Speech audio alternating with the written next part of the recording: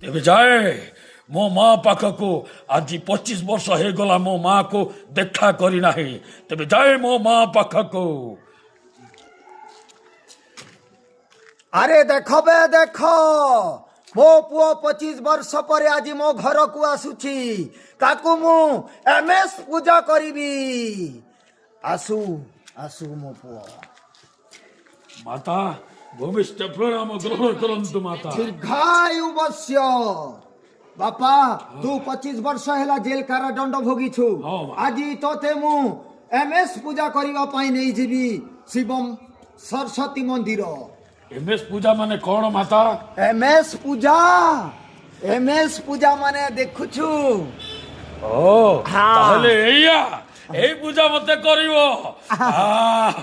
ভকুয়া টুরা ই মত পিলু আর তো জেল গলু মেনসে মারলু আরু হ্যাঁ ইটা এমএস পূজা কইলে পিবা পূজা নেই সে রে বাবু।